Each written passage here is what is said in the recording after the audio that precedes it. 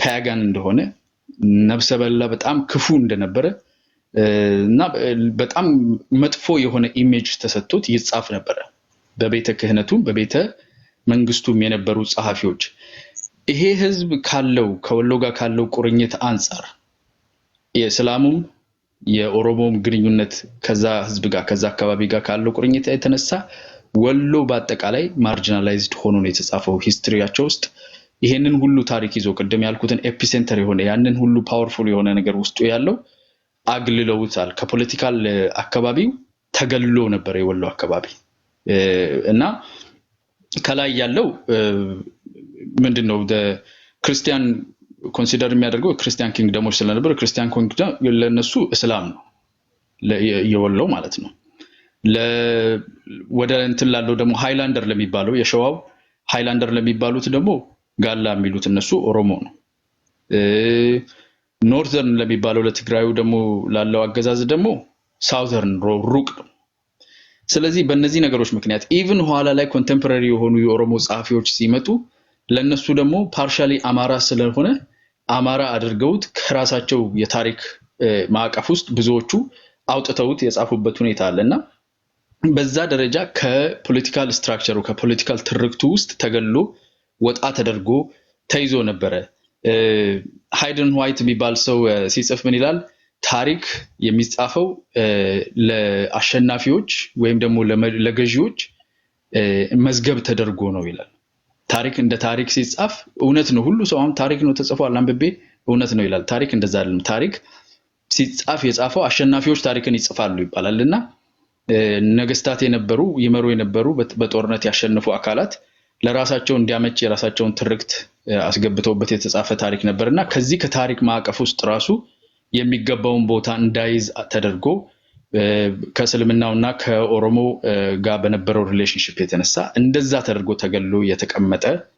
እንደሆነ ነው የሚያሳዩት እንግዲህ እነኚህ ተመራማሪዎች ሲያጠኑ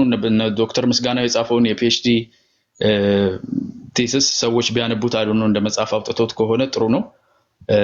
መጻፈው ነው መቀመጥ ያለበት ነው በተለይ ለወሎ ትልቅ ዶክመንት ነው ይሄ ሰው የጻፈው ነገርና ወደ 200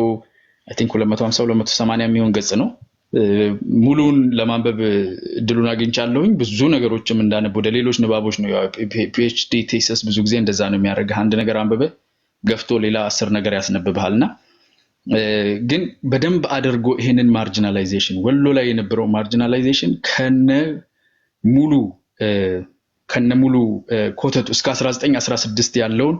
ነው ከ1769 ማለት ከ1769 እስከ 1916 ያለውና ይሄንን ለመጻፍ እሱ 2017 እስከ 2018 እዛው ወርዶ ሳውዝ አፍሪካ ነው ፒኤችዲውን የሰራው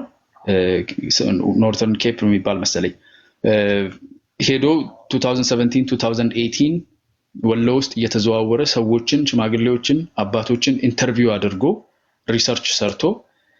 ከዛም ባለፈ ቀድም የጠራውልህን እነኚህን ቤተ መዛግብት ትልልቅ የቤተ እምነት የቤተ መንግስት የመንግስትም ቤተ መዛግብትን በጣም አገላብጦ የሰራው ስራ ስለሆነ ጠንካራ ነገር ነውና በደንብ አድርጎ ያስቀምጠዋል እሱም ላይ ያየሁት ነገር ምንድነው ይሄ በመሃል በነበረው ጋፕ ላይ ለዛ ህዝብ የሚገባው የፖለቲካና የታሪክ ለዛ አካባቢ የሚገባው አልተሰጠው ተገፍቶ ተገሎ ነው የነበረው እና ለፖለቲካውም ካልኩሌሽን ውስጥ አያስገቡትም ነበር ብሎ ነው የሚያስቀምጠው ከዛ ደግሞ ወደ ታች ወርዶ አሁን እንግዲህ መጀመሪያ ላይ የነበረውን አይተናል ከ1916 ጀምሮ 1916 ላይ አንድ አይ ቲንክ አባ ተስፋ የሚባሉ ሰው ናቸው ምን ይላሉ የሰገሌ ጦርነት በ1916 ሲጠናቀቅ ንጉስ ሚካኤል የተሸነፈበት ጦርነት ላይ 1916 ላይ የጻፉት አንድ ቅኔ ያለች አንድ ሲንግል ቨርስ ቅኔና ራሴን ወገቤን ብሎ ሳይናገር ሞቶ ተቀበረ ወሎን ያክል ሀገር ብለው ይጻፉታልና ያንን የሚያክል ትልልቅ የዳይናስቲዎች ማረፊያ የሆነ ትልልቅ የታሪክና የሃይማኖት ሴንተር የሆነ ኤፒሴንተር የሆነ ቦታ ከኦሮሞ ህዝብና ከእስልምና ሃይማኖት ጋር ካለው ቁርኝት ግንኙነት የተነሳ ሞቶ ተቀበረ ይላሉና በዛ ጊዜ pushed out of the political center ታሪኩም ተጣሞ እንዲጻፍ ፖለቲካል ሪፕሬዘንቴሽኑም በትክክል እንዳያገኝና ኮንሲደር እንዳይደረግ የተገፋበት ነበር በመሃል ያለው ሁለተኛው የ1991 ድረስ ያለው ከ1991 ስንመጣ አሁን የኦሮሞና የአምሃራ ብሔርተኞች የሚሻሙት ቦታ ላይ ገባ ማለት ነው because እንደ በፊቱ አሁን በዘውግ የነበረ ወይም በሃይማኖት የነበረው ነገር ቀርቶ በመሬትና የራስን ቦታና የራስን ህዝብ በማስፋት ላይ የተመሰረተ ነገር ስለነበረ ሁለቱም ደግሞ አሁን የኔ ነው የሚሉበት ቦታ ላይ ተደረሰ ማለት ነው በፊት የነበረው ቤተ አማራ ከሚለው ስሙም በዚህም በኩል ደግሞ ወሎ የሚለው ከኦሮሞ ልጆች አንዱ የሆነው ስሙን በማምጣት ሁለቱም ወደ ራሳቸው የሚስቡበት እይታ ላይ ተደረሰ 1991 ጊዜ ጀምሮ ያኔ በነበረው የማካለል ሂደት ግልጽ በሆነ ሁኔታ አሁን ለምሳሌ የደቡብ ህዝቦች የነበሩበት የማካለል ሂደት በግልጽ የሚታወቅ ነው በቅርብ ጊዜ ሲዳማ ራሱን ችሎ ወጥቶ ክልል ሆኗል ሌሎችም እንደዚሁ 50 ምናምን 56 ያህል ብሔሮች በአንድ ላይ አንድ ክልል ውስጥ የገቡበት ስለነበረ በቀላሉ በአማራ ክልል ውስጥ ወይም በክልል 3 ውስጥ አንድ ላይ ተይዞ የዛ ክልል አካል እንዲሆንና የራሱን የነበረውን የታሪክ እንድምታ የራሱን የነበረውን የታሪክ ቫልዩዎች ለማገናዘብ ካለውም ከ100 ዓመት ወደ 200 ዓመት የሚደርስ ከፖለቲካ ሴንተር የመገፋት ውጤት የሆነን ተመሳሳይ የሆነ ዲሲሽን ለማድረግ ታስቧል ይላሉ አንዳንድ ሰዎች እና ይሄ ኦሮሞ አማራ ራይቨሪ የሚሉት ክሌም የማድረግና የወሎ የኦሮሞ ስፔሻል ዞን ተሰጥቶ ኦሮሚያ ተናጋሪው ያለበትን በመላው ክልሉ ግን በቤተ አማራ በሚለው በጥንታዊው ኮንሲደሬሽኑ ከአማራ ክልል ወይም ክልል 3 ከሚባለው ጋር አንድ ላይ እንዲያዝ ተደረገ ማለት ነው ሶ ስለ እስላምና ስለ ኦሮሞ ያሉትን ነገሮች አንዳንድ ነገሮችን ለማንሳት ፈልጋለሁ በኢትዮጵያ ውስጥ እስልምና ከፍተኛ የረጅም ጊዜ ታሪክ ያለው ነው እና ይሄንን ብዙ ሰዎች ጠርተውት እንደ ኢትዮጵያ ይኩራሩበታል እስልምና ለረጅም ጊዜ ንጉሱ ነብዩ መሐመድ በእንትን ውስጥ በሐዲስ ውስጥ ተጠቅሷል በቁርአን ተጠቅሷል የሚባሉ ብዙ ጊዜ መኩራሪያ ነጥቦችም ተደርገው እንደ እኩልነት እንደነበረው በሃይማኖት እኩል እንደነበረ አድርገው አስመስለው የሚናገሩ ሰዎች አሉ ግን ይሄ እንግዲህ ሁላችንም እንደምናውቀው እውነተኛ የእስልምና ታሪክ አይደለም በኢትዮጵያ ውስጥ ኢቭን ኢትዮጵያ ሙስሊሞች ተብለው በመጠራት ፋንታ በኢትዮጵያ የሚኖሩ እስላሞች ተብለው ነበር የሚጠሩት ለረጅም ጊዜ ጆን አቤንክ የሚባል ሰው ምን ይላል እንግዲህ ፓራፍሬዝ ነው ማድረገው ቀጥታ ኮታ አላደረገውም suppression and discrimination despite long history ይላል በረጅም ጊዜ ታሪክ ያለው እንደመሆኑ መጠን ሳይሆን ይላል በተገላቢጦሹ ከፍተኛ ጫናና ማግለል የነበረበት ሃይማኖት ነው ኢትዮጵያ ውስጥ ይላል ይሄንን የሚጽፈው an historical anthropological approach to Islam in Ethiopia issues of identity and politics የሚባል journal of African studies የዶማን በቢችላል ማንኛውም ሰው journal of African studies volume 11 ላይ እንደዚህ ብሎ ይጽፋል ማለት ነው የውጪ ሰዎችም በግልጽ በሆነ ደረጃ በሚታይ እስልምና በኢትዮጵያ ውስጥ ለረጅም ጊዜ ቢቆይም እንኳን እንደ ቆይታው ባልሆነ መንገድ የተገፋ የተገለለ የሃይማኖት የበታችነት ተደርጎበት የኖረ እንደሆነ ያመለክታል ማለት ነው ስለ ኦሮሞ ስናነሳ ያው እንግዲህ ታውቃለህ አንተ ምን ከኦሮሞ ብሔረሰብ የመጣው እንደሆነ መጠን ፖለቲካው ውስጥ ትንሽ ጊዜ ስላሳለፍኩኝ ቀኑን ልፈጅባችሁ ይችላልሁኝ ስለ ኦሮሞ ላይ የነበረውን ነገር ለማንሳት ቅድም ያነሳዋቸው እና አባባህሪ ሲጀምር ራሱና አባባህሪ ጽሁፉን ዘጋላው ኢትዮጵያ ብሎ ይጀምርና ጭካኔያቸውንና ክፋታቸውን ምን ያህልም መጥፎ ዘግናኝ እንደነበሩ ለመዘግብ ይሄንን መጽሐፍ ጀመርኩ ብሎ ነው የሚጀምረው ፓራፍሬዝ አድርግልህ ማለት ሲጽፍ ራሱ ልጽፍ የጀመርኩት ይላል ጋላ እንደዚህ መሆኑን ልዘግብ ነው ብሎ በ1593 እስከ 1646 ያሉ ዶክመንቶች እንዲሲቀመጡ እናያለን ማለት ነው ከነሱ አፍ ወስደው ደግሞ እነ ጄምስ ብሩስ እነ ቤኪንግሃም እነ ሃኒንግተን ፎርድ እንደዚህ አይነት ተመሳሳይ ነገር ይጽፋሉ ስለዚህ ይሄ ህዝብ ታሪኩ ጨካኝ እንደሆነ ክፉ እንደሆነ መጥፎ እንደሆነ ገዳይ እንደሆነ ታሪክ ውስጥ ኢንጀስት ተደርጎ ተጽፏል ማለት ነው የተጣመመ የታሪክ ጽሁፍ በዛ ላይ እስልምናም ደግሞ እንዲሁ የተገፋና የተገለለ ሆኖ ኖሯል በኢትዮጵያ ታሪክ ውስጥ። የወሎን ነገር በጣም ከባድ የሚያደርገው አንዱን ሳይሆን ሁለቱንም በመሬቱ ላይ ያስተናገደ አካባቢ ነው። ኦሮሞውም መጥቶ በከፍተኛ ሁኔታ ያረፈበት፣ እስልምናውም በኢማም አህመድ ጊዜ መጥቶ ያረፈበት እንደመሆኑ ህዝቡም ደግሞ እስልምናውንም ስለተቀበለ በብዛት ሃይማኖቱንም አቻችሎ ስለሚኖር ሃይማኖት እንደሌለው ክርስትናው እውነተኛ እንዳልሆነ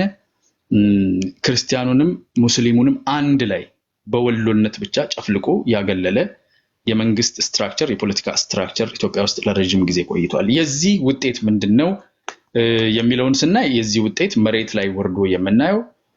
ኢቭን ዛሬ እንኳን በመናየው ሰዎች ወሎን ወሎ ብሎ ላለመጥራት የሚከብዳቸው ወይ 15ኛ ክፍለ ዘመን የ13ኛ ክፍለ ዘመን ቤተ አማራ አምጥተው ያስቀምጣሉ። ከዛ የወጣ እንኳን ታጋይ ሲጠራ ሁሉም በአካባቢው ሲጠራ በአቅጣጫ ነው የሚጠራው እና ውስጡ ሰው ወዶ ሳይሆን ከታሪክ አንፃር ውስጡ የተደበቀ ያለ ይሄ የማግለል መንፈስ የማራቅ መንፈስ ወሎን እንደ ክርስቲያን አለማመን እንደ ኢትዮጵያዊ አለማመን አማራ ነው የሚለውም አማራ ነው ብሎ ለብዛትና ከ1991 በኋላ ለስፋት ይይዘዋል እንጂ እንደ አማራ ያለማመን ኦሮሞም ደግሞ የኦሮሞ ስም አለው ይለዋል እንጂ እንደ ኦሮሞ አድርጎ የታሪኩ አካል አድርጎ ያለመያዝ በእነዚህ ሁለት ስፔሶች መካከል ክፍተት ላይ የቀረ ከፍተኛ የታሪክ ማዕከል የፖለቲካ ማዕከል የሃይማኖት ማዕከል የሆነ ሰፊ ትልቅ ህዝብ በአመኔታና በፖለቲካ ኢንቮልቭመንት ግን ተንሳፋፊ የሆነ ድርሻ እንዲሰጠው የተደረገበት የታሪክ ጥፋት ረጅም እና ሰፊ የሆነ የታሪክ ጥፋት ከ16ኛው ክፍለ ዘመን እስካሁን እስካለንበት 21ኛው ክፍለ ዘመን ድረስ ለ500 ዓመት ያህል ሄዷል ማለት ነው። ይሄ ነው እንግዲህ ታሪካዊ እንድምታው እንደምረዳው። አሁን ያለንበትንም ጨርፌዋለሁኝ። አሁን ያለነው በጣም ከረንት ጊዜ ስንመጣ ከፍተኛ የሆኑ እንቅስቃሴዎች አሉ፣ ግን ደግሞ ያንኑ ያህል ከፍተኛ የሆነ ሬዚስታንስ አለ። ግማሹ ራቅ ብሎ ሄዶ የበፊት በተለይ በሰሜን አካባቢ ወደ ሰሜን ወሎ ውስጥ የሚስተዋሉ መሬት ላይ ካሉ አንዳንድ ሶርሶች ራቅ ብሎ ወደ ኋላ ሄዶ የቤተ አማራንና የጥንታዊውን የንጉስ ሚካኤል ጊዜ ጀምሮ የነበረውን ማንነት እና ቅቡልነት እንዳለው አድርጎ በዛ ውስጥ ራስን የመጥራት ራስን የማየት ወሎነት ኮምፕሊትሊ ኢኳል እንደሆነና ያ ያገለለውን የፖለቲካል ሲስተም አካል እንደነበረና ሆኖ እንደኖረ አስመስሎ ራስን የማሳመን ነገር ይታያል። በሌላ በኩል ደግሞ ወደ ታች ወደ ሳውት ደግሞ ስንመጣ በከፍተኛው ነው አሁን ጫፎቹን ነው የምነግርህ።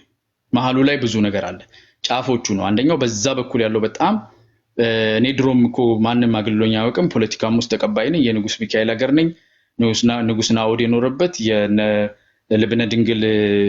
ግዛት የነበረበት የላሊበላ ሀገር ነኝ ማንም ከዚህ ደረጃ አውርዶኝ ከፖለቲካሉ ተገርፍቼ ተገበልዬ አላውቅም መቼም ያልደረሰብኝ ነው ውሸት ነው የሚል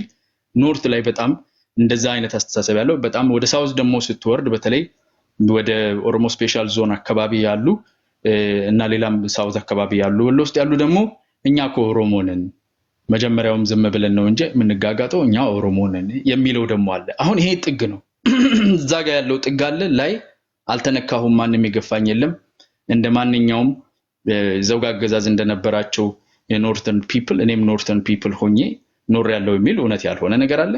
ከታች ደግሞ ወርዶ ጥርት ያለ ምንም ያልተደበላለቀ ያልተነካካ ነገር ያለ እኔም ራሴ ኩልል ያልኩ ኦሮሞ ነኝ የሚል ደግሞ አለ። the truth is in between ነው እውነቱ መሃል ላይ ነው ያለው የሚል እምነት ነው ያለኝ። እኔ ስፔሻል የሆነ የራሴን አስተሳሰብ ተሰሰይል ላስቀምጥልና ስፔሻል የሆነ ትክክለኛ የኢትዮጵያዊነት ከዚህ በፊትም ላንተ ነገር ያለው ትክክለኛ የኢትዮጵያዊነት ወደፊት በዜግነት የመቀጠላችን ተስፋ ያለው ወሎ ጋር ነው። ትክክለኛ ማለት የወሎን ማንነትና የወሎን ነፃነት የወሎን ህዝብ ክብር ታሪክ ሪስቶር አድርገን ህዝቡ በሚፈልገው ደረጃ ህዝቡ በሚፈቅደው ደረጃ እውነቱን አምኖና አውቆ ተቀብሎ ታርቆ በሚኖርበት ደረጃ መቀበል ስንችል መለኪያው ቴርሞሜትሩ እዛ ጋር ነው ያለው ብያስባለሁ። ቢኮዝ የተገፉ የኦሮሞ የአገው የእስልምናው የዚህ ሁሉ ጫና የደረሰበት ህዝብ እንዲሁም ደግሞ ገፍቷልም ጨቁኗልም የሚባለው ክላስ ፖለቲካል ክላስ የወጣበት የኖርዘርኑ ፒፕል ደምና ማንነት አንድ ላይ ሆኖ የፈጠረው የኢትዮጵያ ልዩ ተጎጂነቱም ያለው የበላይነቱም ያለው የዘውግ አገዛዙ መሐልና ዋና የተጨቋኝነቱ መሐልና ዋና ሆኖ ያለ ልዩ የታሪክ ቦታ ያለው ነውና የወሎን ጉዳይ መፍታት የኢትዮጵያን ጉዳይ መፍታት ነው ብዬ ስለማምን ለዛም ነው አክብሬም እዚህ ያለሁት ለእናንተም ካለኝ ክብር አንፃር ደሞም ለታሪኩ ካለኝ ክብር አንፃር ነውና በእኔ እይታ ይሄንን ይመስላል ታሪካዊው አሁን ያለንበት ይሄን ይመስላል ወደፊት የምንሄደውን ደግሞ አጭር ለመጠቆም ያህል ለጠቆምና ከናንተ ጥያቄዎች ሲመጡ እንትላለሁ ወደፊት የምንሄደው ብዙ ነገር ምንድነው ከላይ ወደ ታች የሚወርድ ነገር ጥሩ አይደለም ፋብሪኬትድ ይሆናል ከላይ ሲወርድ ከእውቀት ብቻ ነው ኢንፎርሜሽን ብቻ ነው መውረድ ያለበት ዲሲሽን ከታች ነው መምጣት ያለበት አንድ አዋቂ ሰው የተማረ ሰው ጠቢብ ነው የሚባል ሰው የሃይማኖትም ሊሆን ይችላል የፖለቲካም ሊሆን ይችላል የማንኛውም እውቀት ያለው ሰው እውቀቱን ለህዝብ ያጋራል ለሰው ያጋራል ከዛ በኋላ ግን ውሳኔን ከስር ነው የሚወስደው እኛ ሀገር አልተለመደም አፍሪካ ውስጥም የተለመደ አይደለም እውቀቱን ያመጣና ከእውቀቱ ጋር ውሳኔውን ነው የሚያመጣል አንተ ምን ታውቃለህ እኔ ነኝ የምወስንልህ ይላል ትክክል ግን አይደለም እውነቱንና እውቀቱን ፖለቲከኛው ባለ ታሪክ ተመራማሪው ሳይንቲስቱም ያወርድና ህዝብ በዚህ እውቀት ላይ ተመሰረቶ ይሄንን እውነት ይሄን ኢንፎርሜሽን ሙሉ ኢንፎርሜሽን ኖሮት ሳይዋሽ ሳይቀባጠድ ፕሮፓጋንዳ ሳይሆን እውነት ተነግሮት አሁን ምን እንነጋገረው ነገር ታሪካዊ የተጠና ነገር ነው ይሄን የተጠና ታሪኩን አውቆ ህዝቡ ይሄ ነበር ተብሎ ከነዚህ ዕውቀቶች አንፃር ለኔ የሚያዋጣኝ በተለይ ደግሞ ባለፉት 30 40 አመታት ውስጥ ይሄ ህዝብ በነበረበት የክልል መዋቅር ውስጥ ምን ነገሮችን አግኝቷል ምን ነገሮችን አጥቷል ምን አይነት ትሪትመንቶች ከዚህ የፖለቲካ ክፍተት የተነሳ ከዚህ ታሪካዊ ችግር የተነሳ ምን ጉዳቶች ደርሰውበታል ወይስ አልደረሱበትም እነኚህ እንዲታረሙ ደግሞ ምን ይፈልጋል ህዝቡ because እኔ የምፈልግለትን ነገር ለነገረው ይችላል እንደ አንድ ኦሮሞ ገባ ናና ኦሮሞ ህዝብ ተቀላቀል ብለው የኔ ፍላጎት ነው የሚሆነው ገብቷል ሊለው ይችላል አንድ ኦሮሞ ፖለቲከኛ ለምን ይቀደም ያልኩ 1991 ጀምሮ የነበረው ስክራምብል ነው 1991 ያው ብሬኪንግ ፖይንቱ ነው ከዛም በፊት ነበር በታሪክ ልትለው ትችላለህ ግን ህዝቡ ራሱ ይሄን እኔ ራሴን የቻልኩ እንዲህ አይነት ሐሳብ አለኝ የሚፈልገው ነገር ደግሞ ይሄ ነው ይሄ ይሁንልኝ የሚልበት ቦታ ላይ ከህዝብ የወጡ ልጆች ሐሳብ ተጋርተው ከታች መምጣት አለበት ብዬ አስባለሁ በፖለቲካል ፓርቲ ደረጃ ፖለቲካል ፓርቲ መመስረት አንዳንድ ሰዎች በጣም እንደ ጸያፍ ነገር አድርገውት ተደናግጠው ሳይ ለኔም ግራ ገብቶኛል ምን ማለት ነው ነፃ ወጣሃለኝ ምናምን አይደለም ግን ፖለቲካል ፓርቲ ሪፕሬዘንት አደርጋለሁ ሂስቶሪካሊ ሪፕሬዘንቴሽን አልነበረም ጋፕ ላይ እየቀረ ነበር ወደ ላይ ያለውም ላንተ የሚገፋህ ነበር ከታች ያለውም ደግሞ ሙሉ በሙሉ የሚያካትተህ አልነበረም ልዩ የሆነ ማንነት ልዩ የሆነ ታሪክ ልዩ የሆነ ነገር አለ እንደዚሁ እኔም ደግሞ ልዩ በሆነ ደረጃ ለወክልህና በዲሞክራሲያዊ መንገድ ፍላጎቶችን ላሟላ ፈልጋለሁ ሲል ይሄ ምንም ጫና ሊደረግበት የሚገባ መጥፎም ነገር አይመስልኝምና እንደዛ ግን ለወደፊት ሲኬድ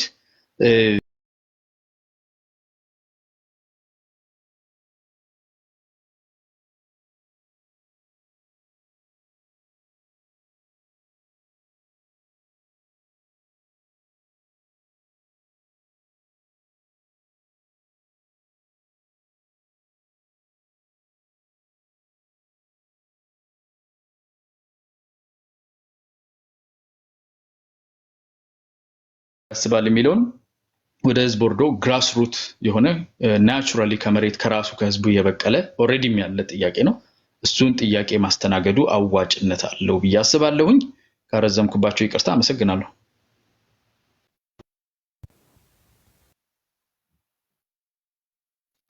ጥሩ አያና በጣም ነው የምናመሰግነው አይላ ማሳባለች ጥያቄ ካለ እንከተስ ነው ከማንነት ጋር በተያያዘ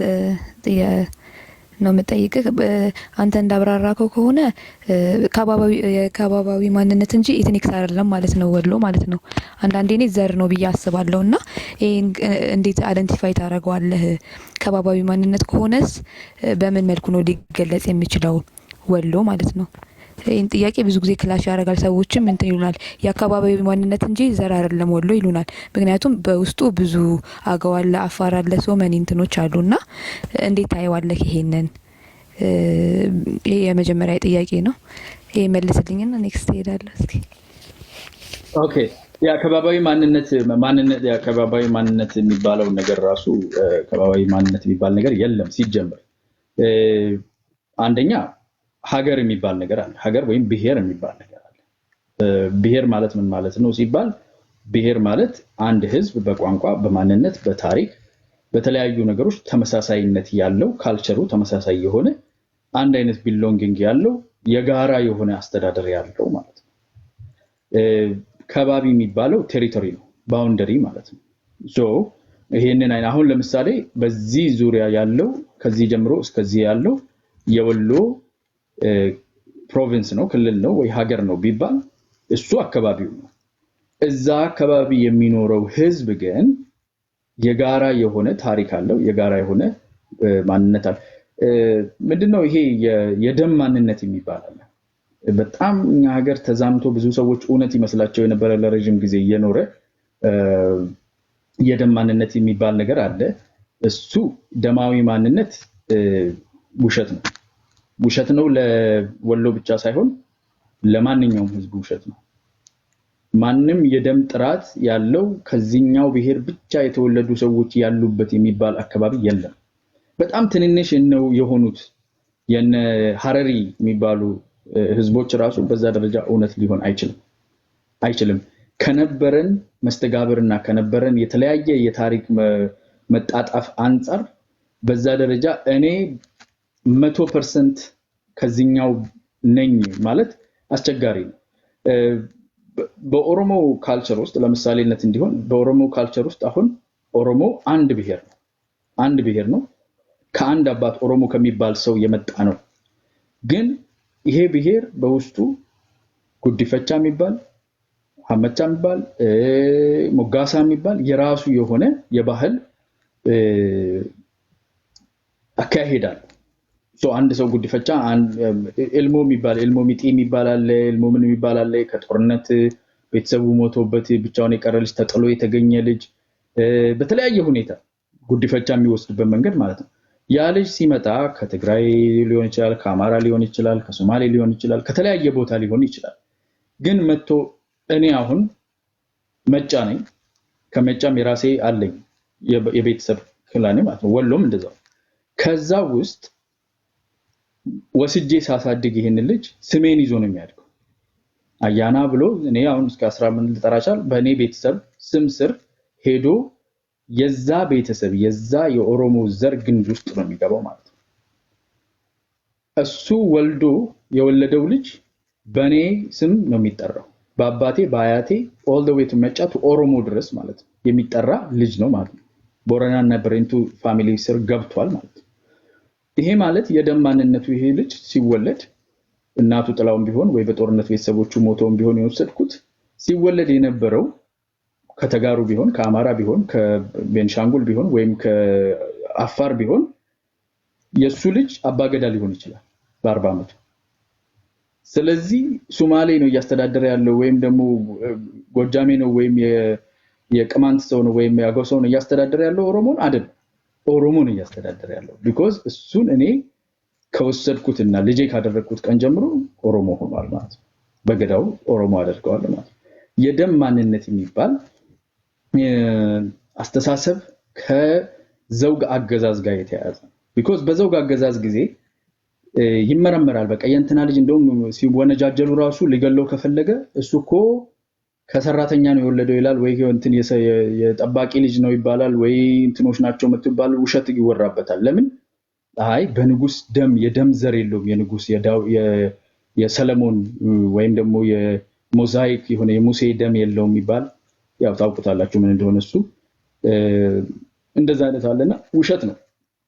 እኔም በማምነው ውሸት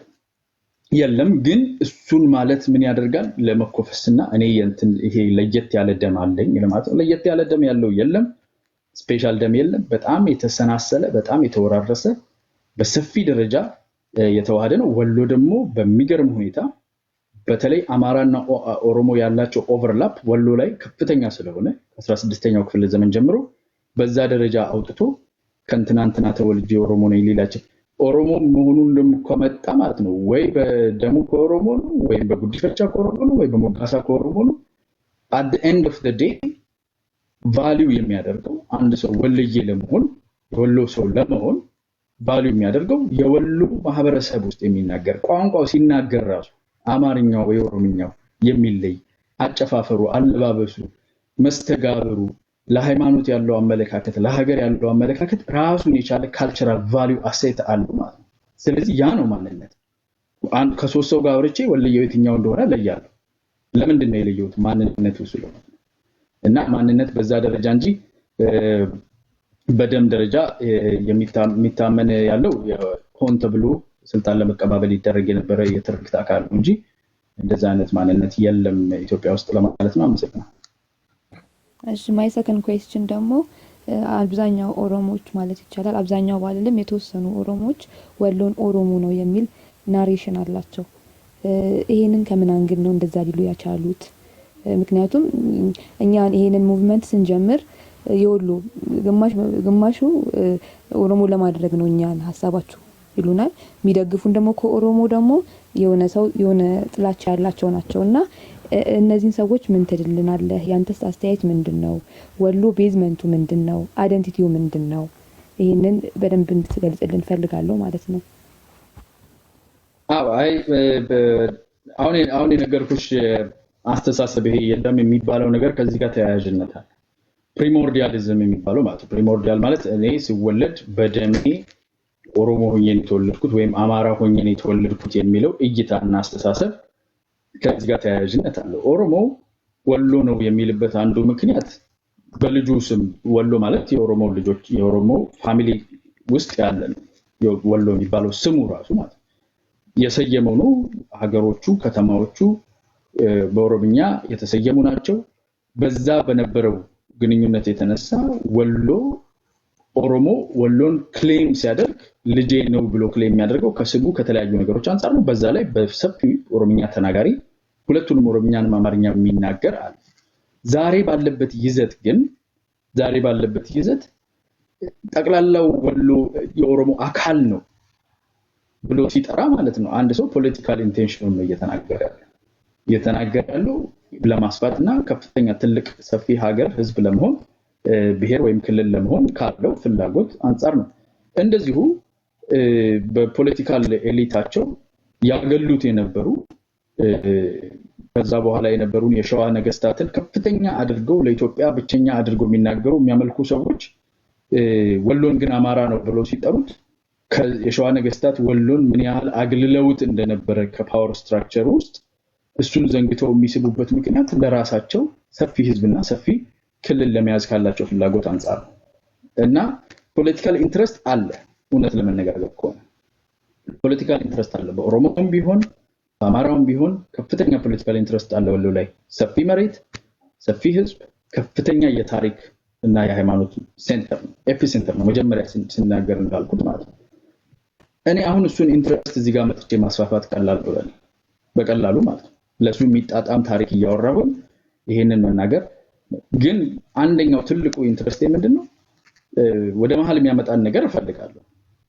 ሁለተኛ ደግሞ የወሎ ህዝብ ትክክለኛ መሬት ላይ ያለው ህዝቡ ኢንትረስት እንዲከበር እፈልጋለሁ የወሎ ህዝብ የኦሮሞ ሴንቲመንት ኦሮሞና ወሎ ምን አገናኘው የሚል ሰው ካለ እብድ ነው ምክንያቱም ወሎና ኦሮሞ እንዴት ተለያለ ስሙ እያለ የመሬቱ እያለ ኦሮሞኛ ተናጋሪው እያለ ካልቸራሊ ያለው ኦቨርላፕ እያለ ይሄ ሁሉ እያለ ከኦሮሞ ጋር ምንም ማይገናኝ ነው ማለት አይቻልም 100% ከአማራ ጋር ምንም የሚያገናኘው የለም ወሎ ማለት አትችልም ከአማራ ጋር የሚያገናኘው በታሪክ ያለው ትስስር በቋንቋ ያለው ትስስር አለ የራሱ የሆነ ስፔሻል የሆነ አይደንቲቲ ያለው ህዝብ ነው የሚለው ለኔ ይስማማኛል ስፔሻል የሆነ አይደንቲቲ ማለት እነኚህን ሃይማኖቶች አንድ ላይ አነባብሮ የያዘ እነኚህን ብሔሮች አንድ ላይ አሰናስሎ የያዘ የራሱ የሆነ ሰፊ ረጅም ታሪክ ያለው የኢትዮጵያ ታሪክ ውስጥ ከማንኛውም ቦታ በበለጠ በሃይማኖትም በታሪክም ውስጥ ቦታ ያለው ቁልፍ ቦታ ነው ሶ ሪኮግናይዝ መደረግ አለበት ይሄ ህዝብ እንደ ህዝብ ኢንዲፔንደንትሊ እኔ ወሎን ኢንዲፔንደንትሊ ነው አንደርስታንድ ማድረገው። ደስ የሚለኝ ምንድነው የኦሮሞ ልጆች እንዳለ በአንድ በኦሮሚያ ስር ገብተውልኝ ወሎም የኦሮሚያ ክልል ቢሆን ደስታዬን አልችለውም እኔ ማለት ግን ይሄ ስለ አያና አይደለም።